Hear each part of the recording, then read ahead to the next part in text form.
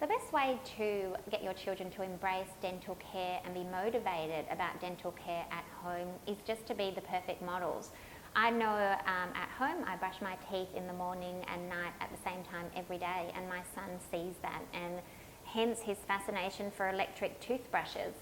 So that's how we implemented a battery operated toothbrush into his regime. It's not necessarily something you need to do, but it's a starting point to encourage motivation, make it fun, and obviously we'll be doing most of the brushing for them right up until the age of 7 or 8. Healthy eating, having an open conversation about healthy teeth, sick teeth, that's going to make your tooth sore, or this is going to keep you healthy and strong, are all conversations you should be having every day, and it will just naturally make your child more aware and alert about what it is that they're eating, drinking, and how to manage their dental care at home.